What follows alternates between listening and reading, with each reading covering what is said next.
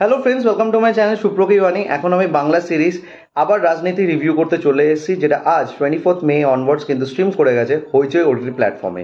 এইটা হলো season 2 of রাজনীতি, যেটা লাস্ট ইয়ার বেরিয়েছিল এবং এইবারে সিজনটাও ডিরেক্ট করছে Sourav Chakraborty, just like last season. এখানেও আমরা কাস্টিংয়ে দেখতে পাচ্ছি দিদিপ্রিয়া রয়, কনিনিকা ব্যানার্জি, কৌশিক গাঙ্গুলি, অর্জুন চক্রবর্তী, এছাড়াও অ্যাড অন হচ্ছে মধুরিমা বসাক সহ আরও অনেকে, যাদেরকে তোমরা কিন্তু সিজন 1-এও দেখেছো। তো কেমন লাগলো আমার সিজন 2টা এবং সিজন 1-এর চেয়ে বেটার কিনা, এই সব কিছু সম্পর্কে তোমার সাথে শেয়ার করবো। So why are we waiting for, let's start with the video. এইবারে সিজনের 7টা এপিসোড আছে এবং প্রত্যেকটা এপিসোড 20 থেকে 25 মিনিটের আশেপাশে ঘোরাফেরা করছে, বারিং দি লাস্ট এপিসোড যেটা হচ্ছে 33 মিনিটসের কাছাকাছি।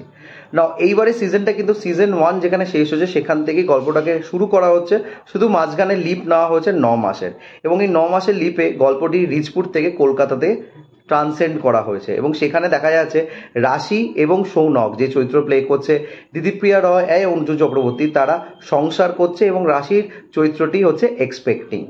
নাও রিচপুরে তার সৎ মা, যে চরিত্র প্লে করছে কনিনিকা ব্যানার্জি, সে পুরোপুরি রাজনীতির খেলাতে ঢুকে গেছে এবং সে পুরোপুরি দাঁড়িয়ে গেছে ভোটের জন্য এমপি হিসাবে। তবে আবির্ভাব হয়েছে এক নতুন লোকের এবং সেই লোকটি হলো প্রতিম ব্যানার্জি, যে চরিত্র প্লে করছে কৌশিক গাঙ্গুলি। না, কৌশিক গাঙ্গুলি লাস্ট সিজনে কিন্তু রতিন ব্যানার্জির রোল প্লে করেছিল, যে হচ্ছে এই প্রতিম ব্যানার্জিরই ভাই, এবং তারা হচ্ছে ঘটনাচক্রের টুইন্স, যেটা এইবারে সিজন থেকে আমরা জানতে পারছি। না, সে আসার পরে নানা রকম তথ্য আবার সামনে আসছে, যেটা 25 বছর আগে তাকে নিয়ে ঘটানো হয়েছিল এবং সেখানে অনেক জনের হাত আছে এবং সেই হাতের কারণে একটা নতুন রহস্য সৃষ্টি হচ্ছে এবং সেই নতুন রহস্যের মধ্যে ফেসে গেছে রাশির চরিত্রটি আবার, এবং রাশি কি এইবারে সত্যি জিনিসটাকে বের করে আনতে পারবে এবং লাস্ট সিজনে সে যে তার সৎমার এগেনস্টে দাঁড়ানোর ডিসিশন নিয়েছিল সেটা কি আবার সে করে উঠতে পারবে? এই সব কিছু বিষয় জানতে গেলে তোমাদের এইবারে সিজনটা দেখতে হবে। না, এইবারে সিজনের মধ্যে কিন্তু প্রচুর শেডস রাখা হয়েছে অনেক চরিত্রের মধ্যে, বারিং অনলি ক্যারেক্টার রাশিকে বাদ দিয়ে প্রত্যেকটি চরিত্র কিন্তু এখানে গ্রে, এবং প্রত্যেকটা চরিত্রর যেরম যেরম শেড এখানে দেখানো হয়েছে প্রত্যেকটা এপিসোডের সাথে সেটাকে খুব সুন্দরভাবে কিন্তু নার্চার করা হয়েছে, এবং এক একটা এপিসোড শেষ হওয়ার পরে কিন্তু পরের এপিসোডে একটা নতুনত্ব কিছু তোমরা ওয়েট করবে। একটা স্লো বার্নিং ট্রিটমেন্ট অবশ্যই দিয়েছে, লাস্ট সিজনটাও সেরমভাবে ছিল, তবে এইবারে যে জটলাটা পাকানো হয়েছে সেটা কিন্তু তোমাদের দেখতে ভীষণভাবে ভালো লাগাবে। তার সাথে সাথে ফার্স্ট এপিসোডে যেই সিনটা দেখানো হয়েছে, একটা ড্রিম সিকোয়েন্স, সেই ড্রিম সিকোয়েন্সকে এত সুন্দরভাবে ব্লেন্ড করা হয়েছে লাস্ট সিনের লাস্ট পোর্শনের সাথে, যে তোমরা যদি ফার্স্ট সিনটাকে না বুঝে থাকো তাহলে লাস্ট সিনটা কিন্তু কোনোভাবে ধরতে পারবে না।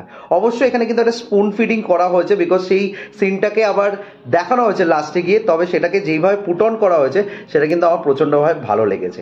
মধুরিমা বসাকের চরিত্রটি বেশ একটা ইন্টারেস্টিং রোল দিয়েছে, তার সাথে সাথে কৌশিক গাঙ্গুলির চরিত্রটা কিন্তু একটু সাটল হলেও বেশ একটা স্ট্রং হোল্ড রেখেছে।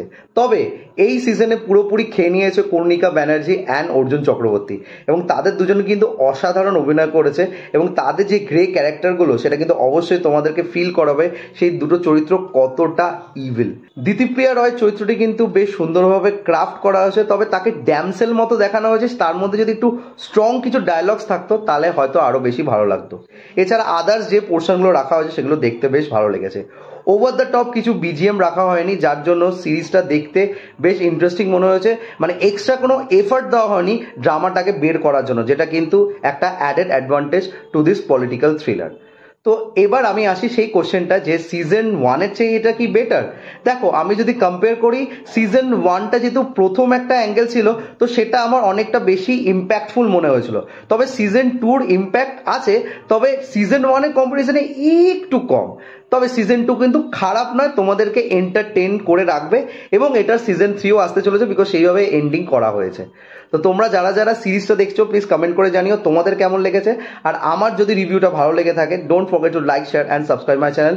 আমার সাথে জুড়ে থাকার জন্য আমাকে ইনস্টাগ্রামে ফলো করতে হবে, ইনস্টাগ্রাম হ্যান্ডেল হলো supro09bit2। I repeat, supro09bit2। Till then, stay tuned.